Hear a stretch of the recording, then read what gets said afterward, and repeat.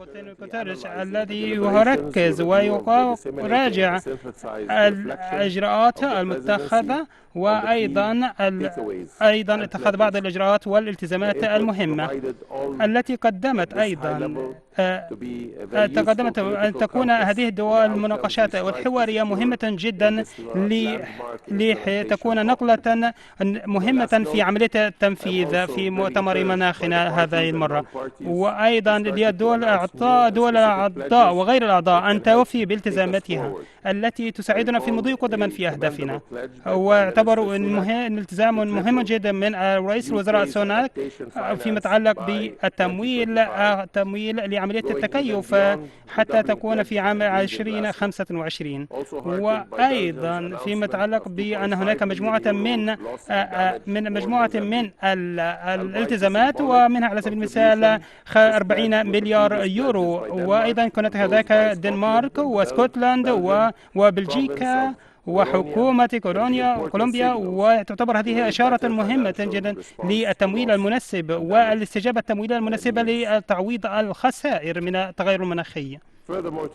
وكثير قد رأينا أيضا الفعاليات رفيعة المستوى لما تغير المناخية ومنع مؤتمر المناخ كوب 27، وأيضا فيما يتعلق بدور الدول والقيادات هنا الموجودة في شرم الشيخ.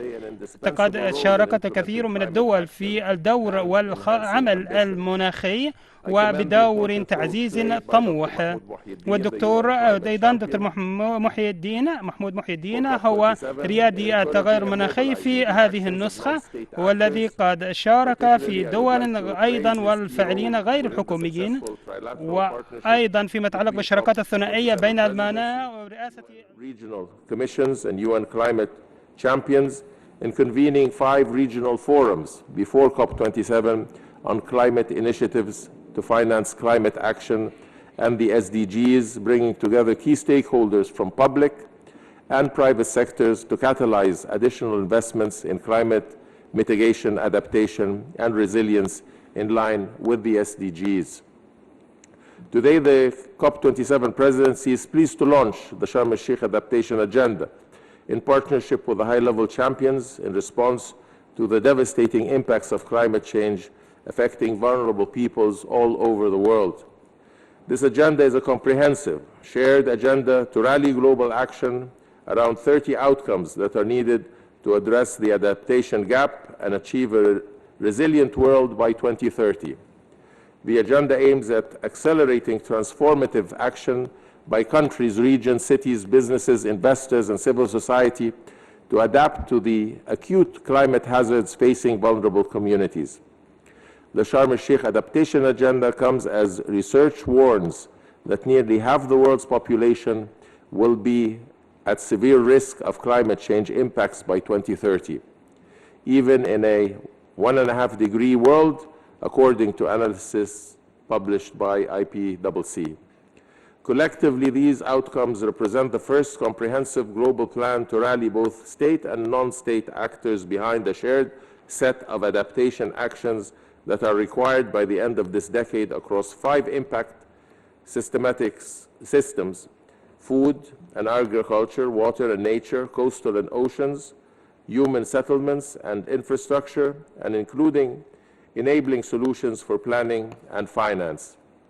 It is our aspiration that the agenda represents a significant contribution to enhancing global action on adaptation and resilience as an utmost priority.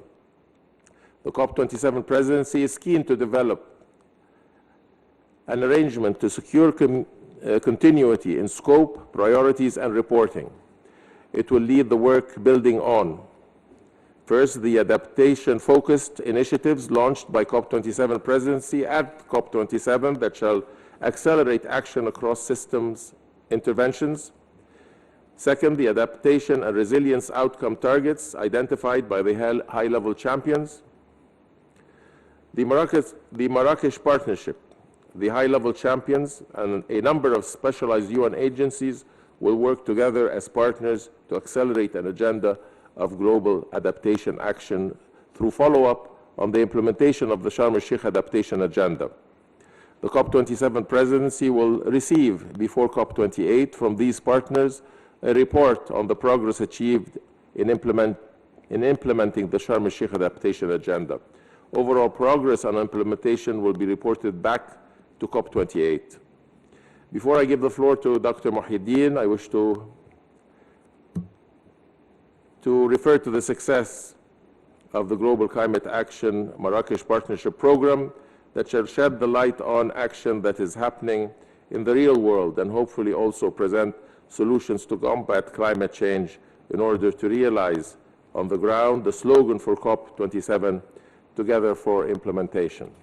I would just also briefly refer to the fact that I was energized during the launching of the action by the non-state actors that were present, especially the youth who, despite the very apparent sense of dissatisfaction that they displayed and their reluctance to provide that state actors are acting in a credible and honest manner in fulfilling their obligations, they also demonstrated their commitment and their resolve to continue to actively support climate action and to continue to motivate governmental representatives to fulfill their obligations, to fulfill their commitments, to strive even harder to arrive at meeting the challenges that they will face in the future. So it is their voice that has to be amplified during COP27 and beyond. It is their future that we are currently deliberating and hopefully not playing with, but rather securing. And it is for them that I think we should all do our very best. Thank you very much, and I turn over to Dr. Mohideen. Right. Thank you so much, Honorable Minister, the President of COP27. Let me first thank you and thank my home country, Egypt, for making us all proud for this excellent organization. It's not my personal opinion. I come with my natural citizenship bias, but this is basically the kind of feedback that we get from the Egyptians as being proud and for the guests of Egypt as being impressed and amazed with the arrangements and the excellent opportunities for partnerships with the green zone, the blue zone, with the areas for the climate activists, and the many platforms created for collaboration. And we're just starting the work, and we are very much energized by what you just mentioned, Honorable Minister and President of the COP, of this big involvement of the youth and the younger generations, including this young gentleman whom we met really in one of the regional roundtables. He's from Colombia. He's meeting his president today, who is at the COP, because we translated his book. This is not really an advertisement, but just a demonstration of something that we're still missing, and we rely on you, leaders in the media, to raise the awareness of the importance of climate action and climate agenda.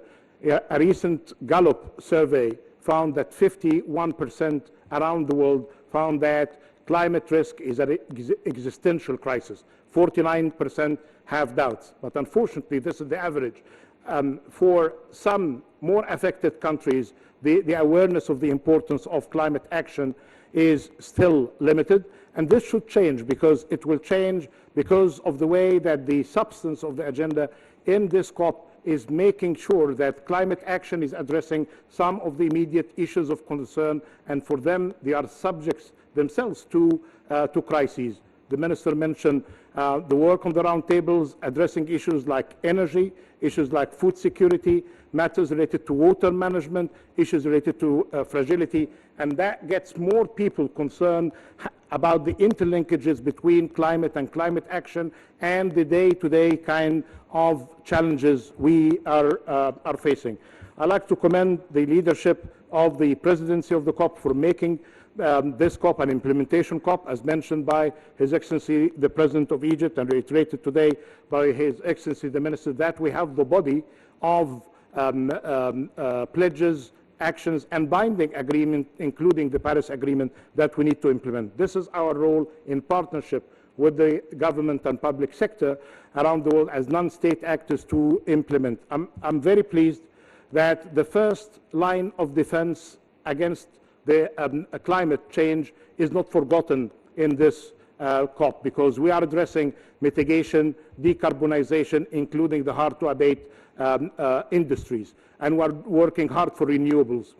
The second line of defense, I'm afraid, and it's becoming really an issue of concern because it doesn't have adequate attention or finance. And that's why I welcome the Sharm el-Sheikh Adaptation Agenda that was just launched by His Excellency, the President of the COP, with elements of collaboration in all of its areas that we identify, that we see the non-state actors, the business sector, think tanks, research centers, and the many of the members of the business sector can help in the implementation. I'll not mention them at length, but again, the headlines: food and agriculture, water and nature, coastal and oceans, human settlements and infrastructure, and enabling solutions for planning and finance.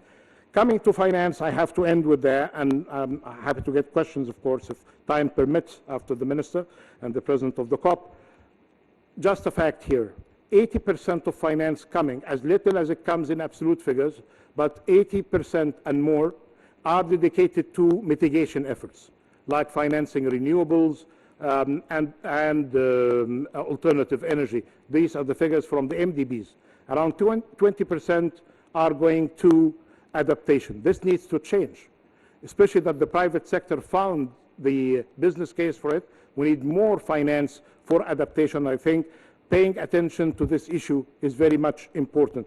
Even in our work here, we have in our Race to Zero more than 11,000 of participants in the Race to Zero. This is in the mitigation front. When it comes to adaptation, only 1,700. This tells you again another figure that adaptation requires this kind of attention, that had this Sharm el-Sheikh Adaptation Agenda behind it. And just now, we launched the report, or helped launching the report by Minister McKenna in the presence of the Secretary General. This is about standards and codes, and we're quoting figures. And again, the issues related to more emphasis on the pledges related to mitigation is much more than what we see on the adaptation. Loss and damage, it's great that we see it reflected in this COP and the meetings, because this is our last line of defense. If the first line in mitigation is compromised, if the second is not doing as good as it should, now we have the loss and damage as well to rescue countries like small states, small islands, and countries like Pakistan. And my very final remark here: we have done great work thanks to the support of the presidency of the COP in the regional roundtables. We had more than 450 projects that are going to be showcased during the next days, during the thematic days. But I like as well to say that we're not going to present all of the projects, only 50 projects coming from the 5 regional economic commissions. But again, areas related to climate impact: 62% in mitigation, 22% in adaptation, and 16% in dual impact. This is again by evidence that we need to have this kind of strong support. Hopefully when we come in a year, as mentioned by the Honorable Minister and the President of the COP, that we'll have better figures, not just in the interest, but the impact of the climate action and financing adaptation as it should be shared between mitigation activities and adaptation. Thank you so much. Thank you. Thank you. Thank you very much, Dr. Moeddine. We have time for a few questions. Barbados is next here in the room, so we can't take too much time, but please. Who has the first question? The gentleman here in the first row with the white shirt. Could you please identify yourself and your media organization? Yeah, Joydeep Gupta from the Third Pole in India and the Climate Change Media Partnership. Minister Shokri, you have just said that we need enhanced finance for adaptation. We have been, the world has been trying, the UNFCCC has been trying for more money for adaptation for years. Adaptation fund is totally underfunded. GCF has been forced to give up projects adaptation projects because they don't have money. So what is the new and different thing you are going to do to get adaptation finance? Well, certainly our objective is the doubling of adaptation finance. I think what has happened this year in terms of severe weather patterns and the devastation that has resulted from such has highlighted the importance of adaptation, and there is no way to avoid that there should be funding, whether it is state funding or greater participation from private sector in projects related to adaptation. And for the international financial institutions also to fill the gap that exists by revising and modifying their programs and their regulations to be able to provide credible, sustainable, and cheaper finance, especially to the developing countries where they can direct those resources towards adaptation. Undoubtedly, this is an important gap in climate action, a gap that addresses and impacts lives, actual lives and livelihoods of people. And if we aren't going to be concerned with those, then we are missing the real component. What we do here has to resonate with ordinary men and women who are currently suffering because of the situation that we find ourselves in, and those who are responsible should rise to the occasion and show the unity of purpose as a global citizen to address in more impactful manner the issue of adaptation. I'm very sorry, I have another engagement, so I will leave you to Dr. Mohyeddin. Thank you very much. Right. Thank you. If I may, just to complement what the Minister just mentioned now, we have an issue that you may be able to help us with. There is a kind of a confusion that if you do better in mitigation anywhere, that will have an impact globally. But if you do better in terms of investment in resilience and adaptation, this is going to be only localized benefit. I think this needs to change, and I think we need to bring the science and evidence that more investment and more finance for adaptation and resilience had an impact. You have more stable markets that will be for the benefit of everybody. You will have more likelihood, less likelihood rather, for forced migration and refugees, and you will have better opportunities actually for investment and sharing the benefits. So even if people tend to think these days less of altruistic motives but more of self-interest, I think they can just think about it in these kind of interlinkages of trade, investment, stability in other countries, their impact, and what we see now of more likelihood of having more climate refugees and forced migrants. This can really make the issue on the support for adaptation from the public source is better. When it comes to private sector, you need really to bundle the projects better, and I think we have the nexus between water, food, and energy, for instance, that can provide these kind of bundled projects that can really get the private sector at scale in some of these projects. Based on the pipeline of projects that we have been preparing, this could be another practical answer to get more private sector involved, more work by the philanthropists, but as mentioned by the Minister just now, that we need to have the MDBs working more into this area. We have been following some good announcements, including scale from the World Bank that is addressing this issue as well. Thank you. We have time for one more question. The gentleman here in the first row. دكتور محمد إسماعيل دويدار من الإذاعة المصرية. دكتور، يعني ألا توجد ضمانات دولية تضمن الوفاء بالتزامات الدول التي تعهدت بدفع مبالغ معينة؟ لأن يعني احنا سمعنا الكلام ده من مدة كبيرة ومفيش دولة نفذت ما قطعته على نفسها أو التزمت به. أيضا هل لصندوق النقد الدولي دور في تقديم تسهيلات ائتمانية لهذه الدول التي تعجز عن الوفاء بالتزاماتها طبقا لهذه الاتفاقيات، وخاصة أن هذه الاتفاقيات تعد من النظام الأساسي لأي دولة. شكرا. Would you like to translate the question for the benefit of... So let me... Okay, I'll translate the question. So first one is related to accountability, those pledges, especially when it comes to finance. Are there any kind of guarantees or assurances that when countries make these pledges, or even companies, I would add, is there any kind of mechanism for accountability? And the second question briefly was about the role of the IMF. I'll answer the questions in Arabic. Yeah? All right. السؤال الأول بالنسبة لآليات المساءلة والمراجعة والمتابعة والتحقق من مصداقية التعهدات وتنفيذها.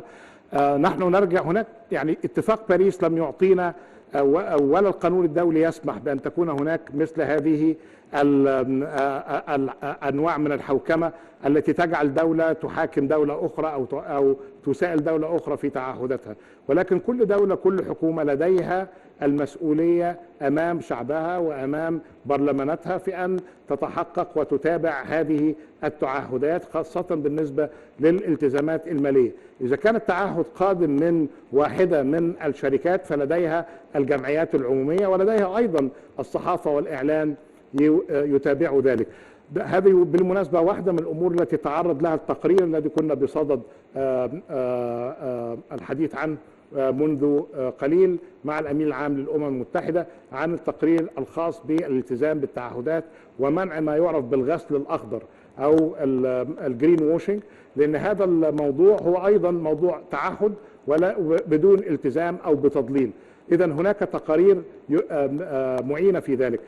هناك شيء طيب في المجال أيضا، وهو زيادة دور الجهات التي تضع المعايير الدولية بمعنى ستاندرد سيترز، وأيضا جهات الرقابة المالية والرقابة على الشركات. هذه الجهات التي من الممكن أن توضح التعهدات ومدى الالتزام بها.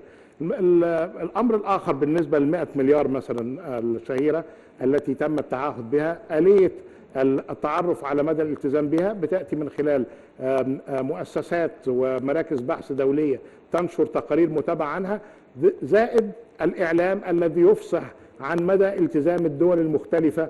يعني مثلا لدينا 23 دولة تعهدت، منها 7 فقط هي التي التزمت بالتعهدات والباقي لم يلتزم.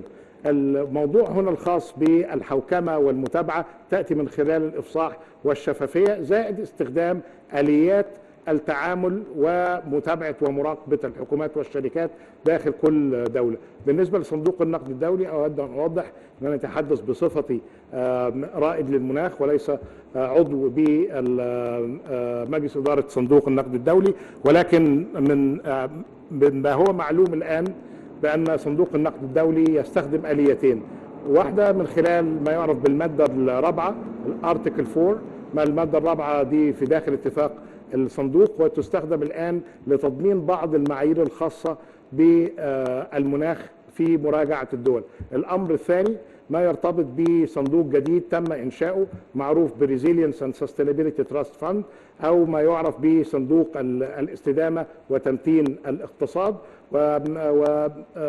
وهو صندوق إضافي داخل الصندوق نفسه، ويتيح تمويل بقواعد في غاية المرونة، لأنه في فترة سماح 10 سنوات يتم السداد على أكثر من 20 سنة، وهناك أيضا تكلفة بسيطة للتعامل مع هذا الصندوق، على أن تكون الدولة المعنية لديها برنامج مع الصندوق ولديها أيضا أولويات واضحة بالنسبة للعمل المناخي، بما في ذلك وجود الالتزامات التي تقدمها الدولة في هذا العمل.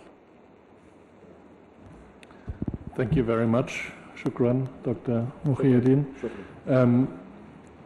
We have to close now because Barbados is already in the room. Just apologies that we do not have translation today. We try to have that for the next press briefing of the COP presidents. And thank you and see you tomorrow. Most likely at 1:30 is planned. Thank you.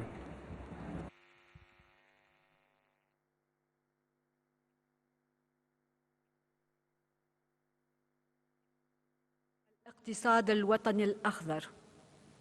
في الختام أرجو لفعاليات مؤتمرنا اليوم النجاح لما فيه خير شعوبنا وبما يحفظ حقها وحق الأجيال القادمة وحق كوكبنا في مستقبل أكثر عدلاً وأماناً وإنصافاً. شكراً جزيلاً.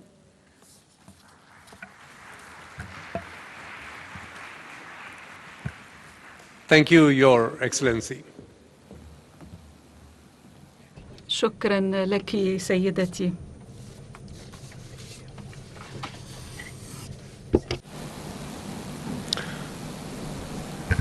It is my pleasure to welcome His Excellency. يسعدني أن أرحب بالسيد رئيس وزراء إسواتيني.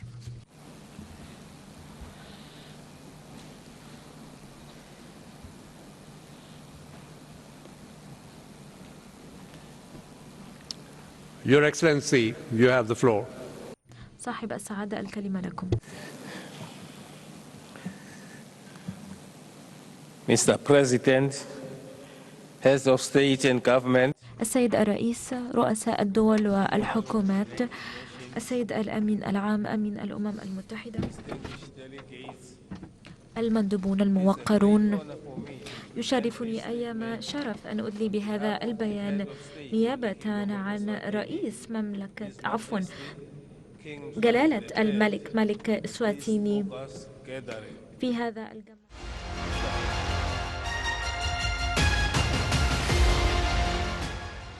past 30 years of negotiation under the UN FCCC. It is time our actions match our words. Unfortunately, we have already lost a lot of time with great disappointment. Observe some developed countries not only failing to provide the promised $1 billion per year, but also swing back to fossil fuels despite the Glasgow Pact. Failing to reduce greenhouse gas emissions is setting the Earth on an accelerated path of loss and damage, which is hard to reverse. We have come to a point where the urgency to mitigate and adapt is being overshadowed by the need to deal with the loss and damage we are already facing and experiencing. Hence the need for a loss and damage financing facility.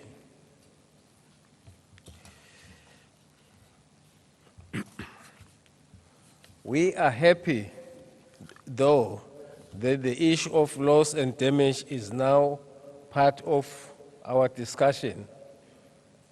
We can no longer afford to reduce the need for the facility to a dialogue, and its financing should be additional to that of adaptation and mitigation. Mr. President, in Eswatini, we are at the beginning of our rainfall season, yet we still have not recovered from the last year's season's disaster impacts, which left our people dead, others homeless, and unprecedented damage to infrastructure, which also affected the country's economic activity. This calls for immediate action, especially with respect to building resilience and support for responding to the different losses and damages. Finally, Mr. President, if we are to achieve our climate ambition leading to the net zero emissions, we must leave no one behind. We believe it is time to consider how we can afford Taiwan an opportunity to contribute to the global vision of net zero emissions and do its part in the global fight against climate change. Eswatini calls for the UNFCCC to support Taiwan's professional, pragmatic, and constructive participation in the UN Forum Convention for Climate Change, the Paris Agreement, and associated mechanisms. I thank you.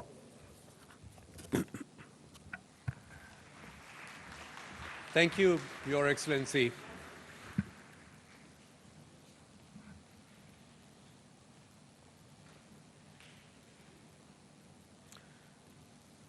It is my pleasure to welcome His Excellency, Mr.